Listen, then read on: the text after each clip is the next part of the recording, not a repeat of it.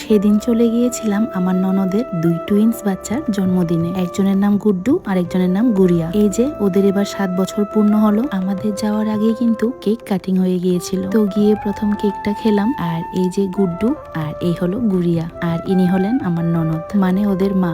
আর এই হলো দীপিকা। তেলিয়ামুড়া আসলেই ওর সাথে দেখা হয়, খুব ভালো মনের মানুষ, আর ও কিন্তু ব্লগ করে। যাই হোক, তারপরে চলে গিয়েছিলাম খাওয়ার এখানে। একদম প্রথমে যে দেখালাম ওই দিকেও খাওয়ার ব্যবস্থা ছিল, মিডিলে সোজাই হচ্ছিল কিন্তু রান্না বান্না, আর ঢুকেই বা দিকেও খাওয়ার ব্যবস্থা হচ্ছিল। সেখানে আমরা বসে গেলাম। আমার শ্বশুর মশাই, শাশুড়ি মা, ননাস, তারপরে আমার মেয়ে, তারা কিন্তু খেয়ে উঠে গিয়েছিল। আর তারপর মামা মামিদেরকে নিয়ে আমরা বসলাম। আমার সামনে যে দুজনকে দেখতে পাচ্ছেন, এটা হলো একজন সেজো মামু আর একজন মেজো মামু। এই টেবিলে যাদের দেখতে পাচ্ছেন ওরা হলো সেজো মামি, ছোট মামি, মেজো মাসি আর তুনতুন মানে আমার ননদ। যাক, তারপর কিন্তু খাওয়া দাওয়া শুরু হয়ে গেল। প্রথমেই দিয়ে দিল কেক, তারপরে দিয়ে দিল ফ্রাইড রাইস, এদিকে লেবু লঙ্কা তো নিয়েই নিয়েছিলাম পাতে, তারপর দিয়ে দিল বেগুনি আর ডাল। থালের ডিজাইনটা কিন্তু খুব সুন্দর ছিল। যাই হোক, ডালে শুকনো লঙ্কা লেবু ভালো করে মেখে বেগুনি দিয়ে খেয়ে নিলাম। অনুষ্ঠান বাড়ির সব রান্না একদিকে, আর প্রথমেই যে ডাল ভাজি দেয় সেটা খাওয়ার মজাটাই একদিকে। তোমরা জানো আমি যে খাচ্ছি, আমার এই খাওয়ার ভিডিওটা কে করে দিয়েছে? আমার সামনেই যে বসেছিল মেজো মামা শ্বশুর, উনিই কিন্তু করে দিয়েছে। খুব সুন্দর করে কিন্তু ভিডিওটা করে দিয়েছে। যাক, তারপরে দিয়ে দিল একটা মিক্সড সবজি যেটাতে পনির ছিল।